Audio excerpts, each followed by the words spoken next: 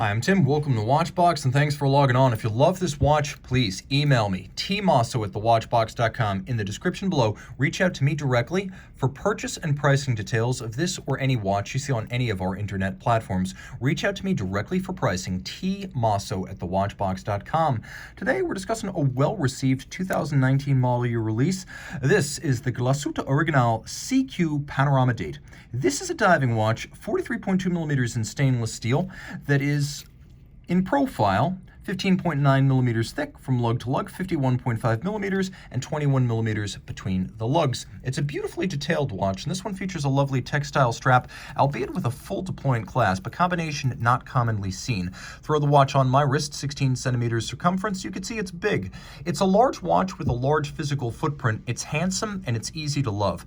I think you need a wrist of at least 15 centimeters circumference to wear this watch well, because it is broad from side to side, and you can see from over the top, it's right out to the edge of my wrist. Probably too thick to wear with a dress cuff, but you should be okay with that sloped bezel and crystal underneath a jacket sleeve.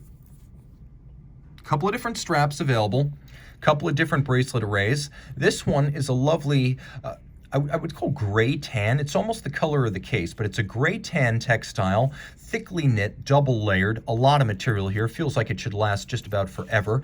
It is a brand new Glashutte Original factory piece, and it's equipped with a factory clasp. Now, the factory clasp is a twin trigger release, so this is a sports watch. You can't accidentally pop it open. It has a double fold, which I find is friendlier for a small wrist, as it's less likely to pinch a small wrist. There's satin and polish on the clasp, and again, a twin trigger release, so it cannot accidentally pop open. The case is simple but strong. As you can see, the lugs are squared off at their end, relatively short. They're arced, tightly downturned. There's a polished bevel that runs the length of the case. And then rather than longitudinal satin finish on the side, we have this vertical satin finish with a crown guard structure and then a crown that screws in. The watch is 300 meters water resistant. Outboard, you can see the bezel alternates between polished outer faces and then satin finished recesses. It's a nice sharp knurling that makes gripping the 120 click bezel easy. It is a ceramic bezel insert, so along with the domed bubble-like sapphire, that ceramic gives the watch some scratch resistance as it tends to shield the steel from scratches. Now you will note there is a very bubble-like sapphire here. That is in tribute to the original RPTS 200 dive watch of 1969, which was the company's original dive watch. There is a more vintage evocative version of the SeaQ within the Specialiste collection. This is not that. This is the more modern version of the SeaQ, but there are a few vintage notes here lovingly transposed from the original. You can also see we have a baton-style hour hand and then a broad arrow minute hand, along with a vintage font for the numerals. You can see everything is applique, indices, and numerals on the dial, and there's a lovely blue sunburst metallic.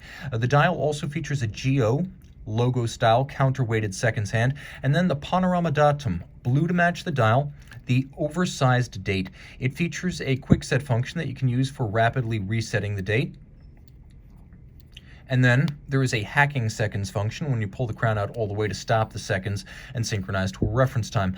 I know, and you know, that 300 meters is not 1,000 feet. Press the I believe button. Germans are usually very precise, which is why this watch is 43.2 millimeters and not 43, but they're going with industry conventions for depth labeling.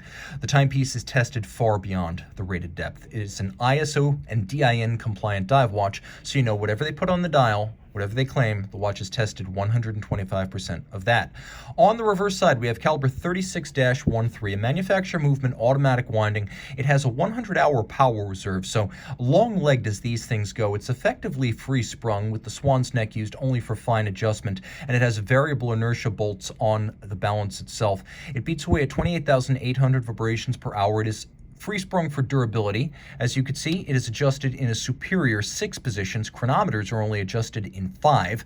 And this movement also features a silicone hairspring for anti-magnetic resistance. So there is a lot to love here. We have Glashutte stripes, polished screws. We also have fired blued screws, a black polished swan's neck fine adjustment mechanism.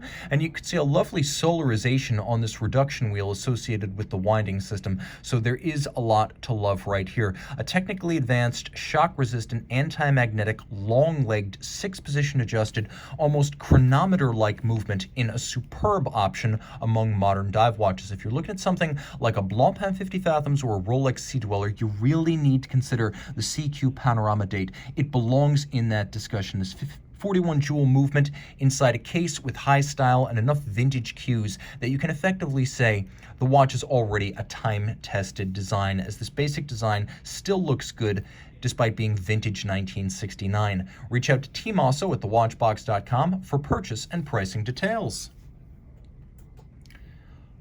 Blue lume, and note a large luminous index on the bezel pearl with all three hands loomed as it should be on every dive watch.